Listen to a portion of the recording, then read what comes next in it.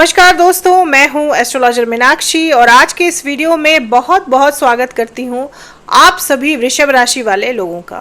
दोस्तों, मई का महीना अगर सही मायने में सबसे ज़्यादा खास और सबसे ज़्यादा लाभदायक किसी के लिए रहने वाला है तो वो है वृषभ राशि। क्योंकि वृषभ राशि के लिए जो 3 ग्रहों का गोचर है, गुरु बृहस्पति का गोचर और राहु केतु का गोचर, ये सर्वाधिक अच्छे फल लाने वाला बताया जा रहा है। क्योंकि राहु आपके 10वें भाव में आ रहे हैं। कहते हैं राहु जिसके 10 में दुनिया उसके बस में। तो आप ऐसा समझ लीजिए कि 18 मई के बाद दुनिया आपकी मुट्ठी में होगी। आप अभी तक जिन चीजों से परेशान थे, जिन बातों से आप दुखी थे, उन सब से उबरने का समय आपका आ गया है। गुरु बृहस्पति का गोचर हो गया है और बृहस्पति आपके धन भाव में यानी दूसरे भाव में प्रवेश कर चुके हैं, मिथुन राशि में।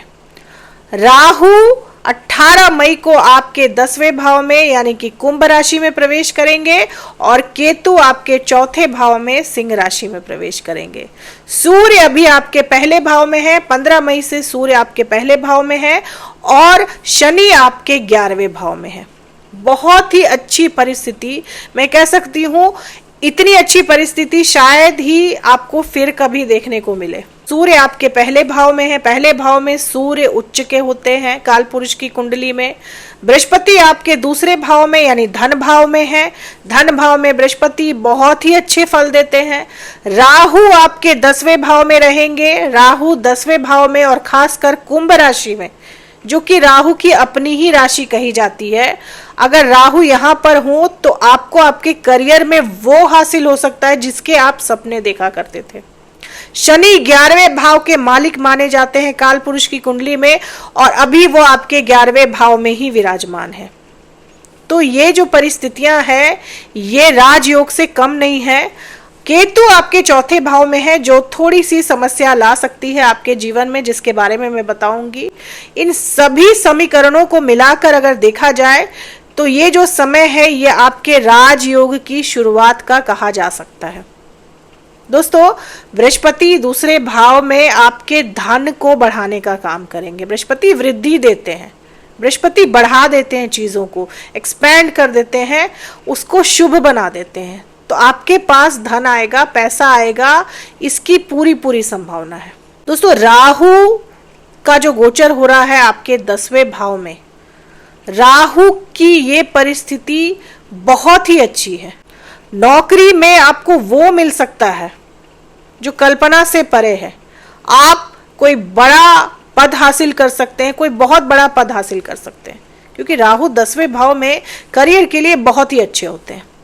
आपके बॉस जो अभी तक आपकी कभी भी तारीफ नहीं करते थे, अचानक से आप देखेंगे कि आपके बॉस अब आप ही की बातें कर रहे हैं और वो भी अच्छी बातें कर रहे हैं। आपके बॉस आपको सहयोग करेंगे, आपके कलीग जो है वो आपका सम्मान करेंगे। कार्यालय का जो माहौल होगा वो आपके अनुकूल होगा।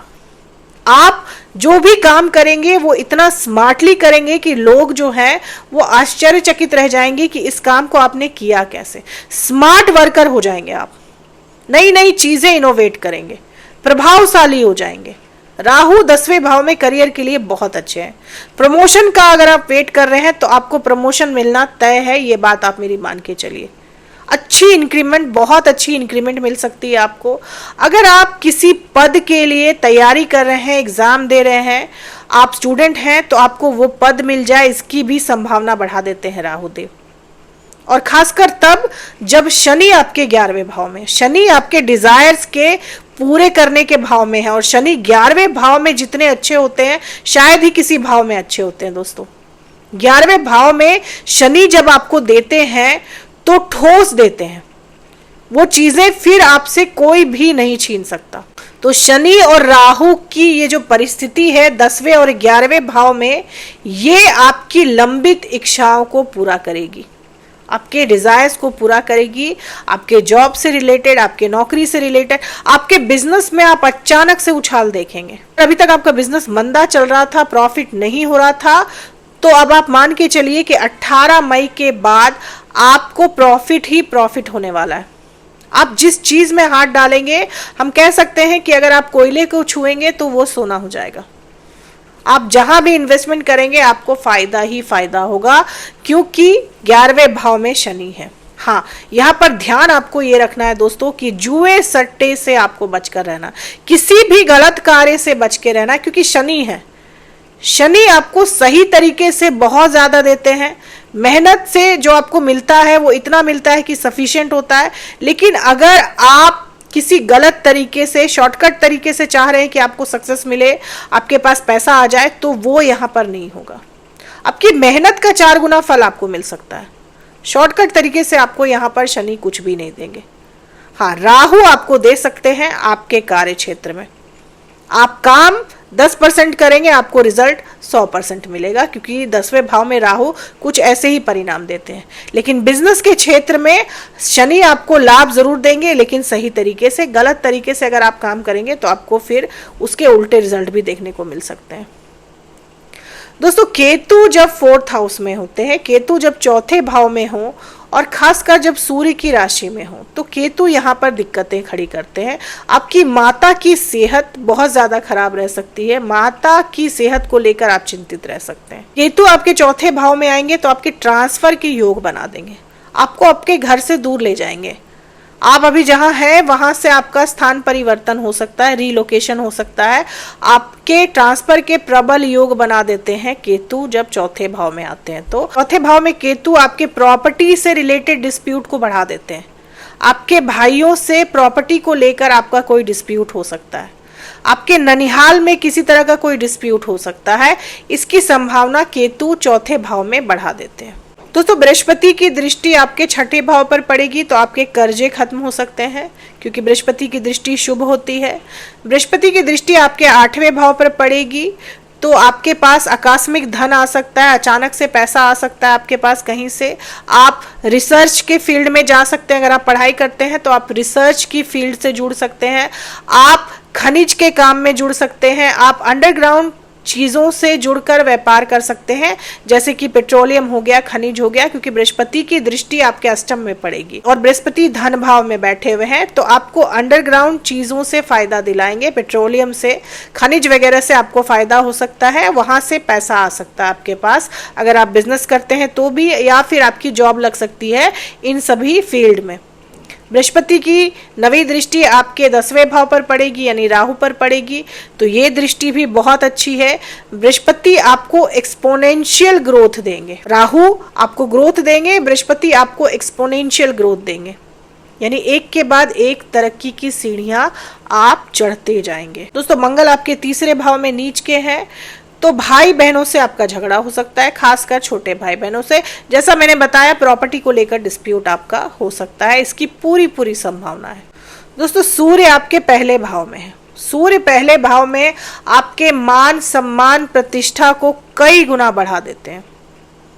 आप वो सम्मान हासिल कर सकते हैं समाज में जिसके अभी तक आप सपने देखा करते थे। सूर्य 1ले भाव में उच्च के होते हैं। सूर्य यहाँ पर इतने प्रभावशाली हो जाते हैं कि आपके चेहरे पर एक चमक, एक कॉन्फिडेंस दिखाई देता है। लोग जब आपको देखेंगे अब तो एक कॉन्फिडेंट व्यक्ति के रूप में देखेंगे। सूर्य की दृष्टि आपके 7वें भाव पर पड़ेगी तो आपके स्पाउस का, आपके पति या पत्नी का प्रमोशन हो सकता है, क्योंकि जहां सूर्य रोशनी डालते हैं, जहां सूर्य देखते हैं, वहां पर अपनी रोशनी से उस जगह को चमका देते हैं। तो आपके 7वें भाव को सूर्य देखेंगे तो आपके पति या पत्नी का प्रमोशन हो सकता है, तरक्की हो सकती है। आपका विवाह अगर तय हो रहा है तो आपका विवाह किसी अमीर घर में हो सकता है, किसी रिच फैमिली में आपकी शादी तय हो सकती है। प्रेमी जोड़ों की बात की जाए तो प्रेमी जोड़ों के लिए ये जो समय है थोड़ा सा संभल कर रहने वाला है, क्योंकि बुध आपके 5वें भाव के स्वामी है और बुध अभी आपके 12वें भाव में चले गए हैं। तो आपके और आपके पार्टनर के बीच में थोड़ी सी अनबन रह सकती है, मिसअंडरस्टैंडिंग रह सकती है, या फिर आपके जो भी पार्टनर हैं जिनके साथ आप रिलेशनशिप में हैं वो कुछ काम के सिलसिले में कुछ समय के लिए आपसे दूर हो जाए, क्योंकि 12वां भाव जो है वो लॉन्ग डिस्टेंस ट्रेवल का है। तो हो सकता है काम के सिलसिले में या फिर पढ़ाई के सिलसिले में आप जिनके साथ रिलेशनशिप में हैं उनको आपसे कुछ समय के लिए दूर जाना पड़े।